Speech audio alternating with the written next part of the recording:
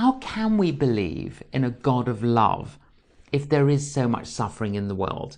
How do you answer that question? Well, that's the hardest question we face, the absolutely hardest question.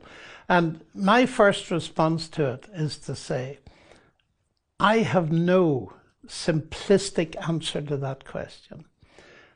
I don't even like to talk in terms of answer, but I think there's a way into it. There's a way of thinking about it that can bring peace to many people. And many of my friends, whom I respect, I understand why people become atheists. You know, I've been to Auschwitz quite a few times and I've never not wept there. Yeah, likewise, I did too. This is the hard, gut-wrenching problem.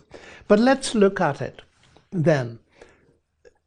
First of all, there are two sources for pain and evil. There's what we call moral evil, the bad things people do to each other. And then there's what we sometimes call natural evil, which is a strange thing. And that is things like coronavirus, tsunamis, earthquakes, cancers, all this kind of thing, where, as far as we know, human beings aren't directly involved. And that can be the more difficult problem. But secondly, and this is where my heart goes out to people, there are two viewpoints. It's one thing to be an oncologist treating a patient. It's another thing to be a 24-year-old mother who's just been told she's got an inoperable tumor. There's the inner perspective of the sufferer, and there's the outward perception of the observer. And we got to deal with both. And the kind of questions that both of those sides raise can be very different. Now, the observers will ask the intellectual questions. How can you possibly reconcile this with a good God? But then I want to say, so you're an atheist then? Absolutely. I've given up on God. Many people have sat and told me straight, I've given up on God when I heard these various things. I said, it's evil, isn't it? Yes, it's absolute evil. Where do you get your concept of evil from? Yeah. Because look, one of your fellow atheists is a man called Richard Dawkins. And he follows the atheism down and he comes to the conclusion, this universe is just as you'd expect it to be. If at bottom there's no good, no evil, no justice, DNA just is, and we dance to its music. But I said, look, I'm puzzled. If there's no good and no evil, why are you talking about a problem of evil? You've actually got rid of moral concepts. Now I said, that bothers me because I find myself to be a moral being. So does Dawkins, actually. I find my heart crying for justice. Are you really telling me there's no justice? Yeah. Now, you will respond to me, but you believe in God. How can you possibly do that? Well, let's come to that in a minute. But it seems to me it's no solution getting rid of the very concept that you're using to judge the problem. Secondly, on the atheist side, you think you've got rid of the problem. That's just the way the universe is. Let's face it, get real. But you have got rid of something. Yes. You've got rid of all hope.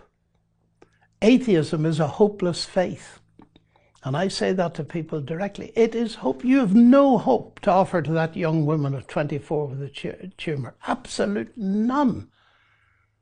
So that's a dead end. Atheism doesn't work. It gives you a kind of temporary satisfaction, but in the end you have no hope. You have defined it out of existence conceptually, and you've no actual hope because there's no life after death. Now, I'm a Christian. How do I begin to square it?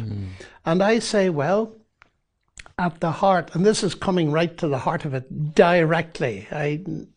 Depends on the person, of course, you want to engage gently with, because people are hurting, their nerves are raw, they've lost a relative and all that.